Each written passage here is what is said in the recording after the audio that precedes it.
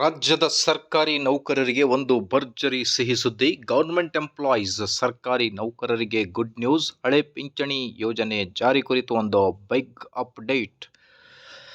ವೀಕ್ಷಕರೇ, ಈ ಒಂದು ವಿಡಿಯೋದಲ್ಲಿ ಕರ್ನಾಟಕ ರಾಜ್ಯ ಸರ್ಕಾರಿ ನೌಕರರ ಪ್ರಮುಖ ಬೇಡಿಕೆಗಳಲ್ಲಿ ಒಂದಾದ ಹಳೆ ಪಿಂಚಣಿ ಯೋಜನೆ NPS ಟು OPS ಕುರಿತು ಬಹಳಷ್ಟು ಚರ್ಚೆಗಳು ಕೂಡ ನೀವು ಕೇಳಿರ್ಬೋದು. ಇದೀಗ ಒಂದು ಲೇಟೆಸ್ಟ್ ಮಾಹಿತಿ ಬರ್ತಾ ಇದೆ. ಸೆಪ್ಟೆಂಬರ್ 15ರಂದು ಬಂದಿರುವ ಇದು ಒಂದು ಬಿಗ್ ಅಪ್ಡೇಟ್ ಆಗಿರುತ್ತೆ. ಹೊಸ ಪಿಂಚಣಿ ಯೋಜನೆಯಿಂದ ಹಳೆ ಪಿಂಚಣಿ ಯೋಜನೆಗೆ OPS ಏನು ಬೇಡಿಕೆ ಇದೆ ಅದರ ಕುರಿತು ಬನ್ನಿ, ಹಾಗಿದ್ದಲ್ಲಿ ಮಾಹಿತಿ ಏನಿದೆ ಅಂತ ಡೀಟೇಲ್ ಆಗಿ ನೋಡ್ತಾ ಬರೋಣ. ಅದಕ್ಕಿಂತ ಮುಂಚೆ ವೀಕ್ಷಕರೇ, ದಯವಿಟ್ಟು ವಿಡಿಯೋನ ಲೈಕ್ ಮಾಡಿ, ಅದರ ಜೊತೆಗೆ ನಮ್ಮ ಯೂಟ್ಯೂಬ್ ವಾಹಿನಿಯನ್ನು ಕೂಡ ಸಬ್ಸ್ಕ್ರೈಬ್ ಮಾಡಿಕೊಳ್ಳಿ. ಸರ್ಕಾರಿ ನೌಕರರ ಬಹುದಿನಗಳ ಬೇಡಿಕೆಯಾದ ಹಳೆ ಪಿಂಚಣಿ ಯೋಜನೆ ಜಾರಿ ಕುರಿತು ಶೀಘ್ರದಲ್ಲಿಯೇ ಶುಭ ಸುದ್ದಿ ಸಿಗಲಿದೆ.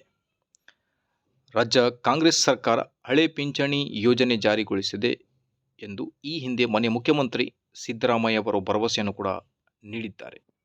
ಇದೀಗ ಹಳೆ ಪಿಂಚಣಿ ಯೋಜನೆ ಜಾರಿ ಕುರಿತು ಶಿಕ್ಷಣ ಸಚಿವರು ಮಾಹಿತಿಯನ್ನು ನೀಡಿದ್ದಾರೆ.